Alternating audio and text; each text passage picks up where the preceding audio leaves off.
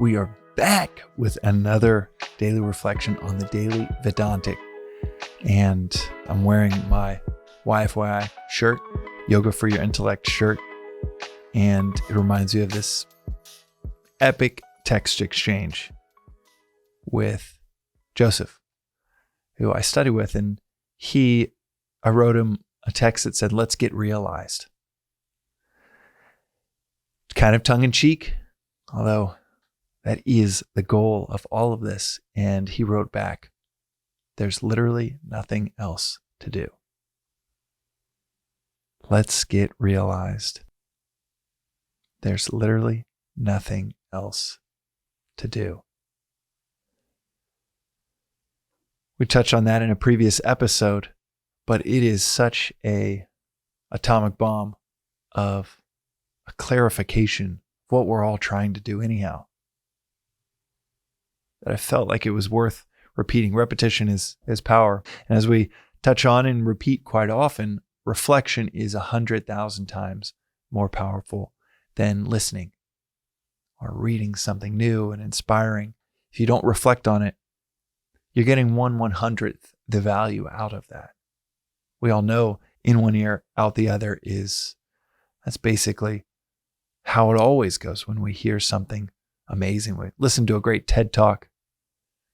We tap like on an inspiring quote on Instagram. If we don't reflect on these things, within a day, they're gone. Even something that might have stopped you in your tracks, pulled over to the side of the road because something hits you so much, 3 days later is a distant memory, if that. Reflection is 100,000 times more powerful than listening. And this concept is worth reflecting on over and over and over again. There's literally nothing else to do. We fill our time with things that look like they're completely unrelated to getting realized, to realizing who we really are. It's the oldest concept, philosophical concept we have as humans, is that you are so much more than you think you are, than you are deluded into believing when you think you are this small little John or Jane Doe doing your small little task. Or maybe you think you're this big John or Jane Doe leading some company with 5,000 employees. Both of those are infinitesimal to who we are told over and over again by every master of every major philosophy, who we are told over and over again that we are. So much more than that. And it's out of that delusion we are so small that we think, well, I can't go after anything big. I'm going to just get my tiny little crumbs. I'm going to cobble together the workday to cover my obligation to get my paycheck, to cover rent, to be able to go to the movies, to be able to afford a nice meal here and there.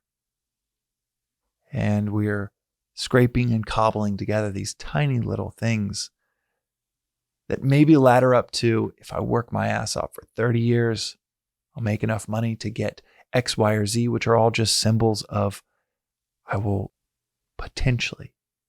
inevitably, I will manifest on my vision board that I will be free. But that freedom is an infinitesimal version of your natural state, your birthright, who you already are.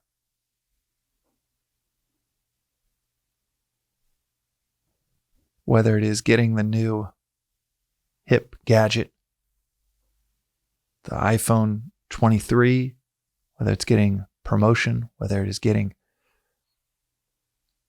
that house, that dream house, getting that dream career, that dream spouse.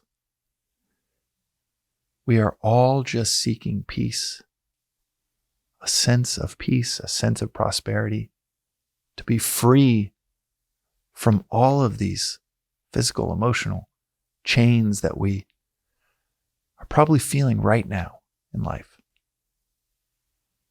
And everything we're doing, from that bite of ice cream to that extra drink to that 15-hour day to try to get that promotion,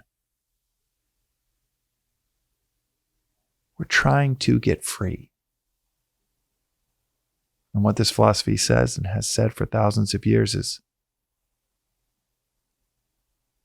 there is nothing else to do but to get free.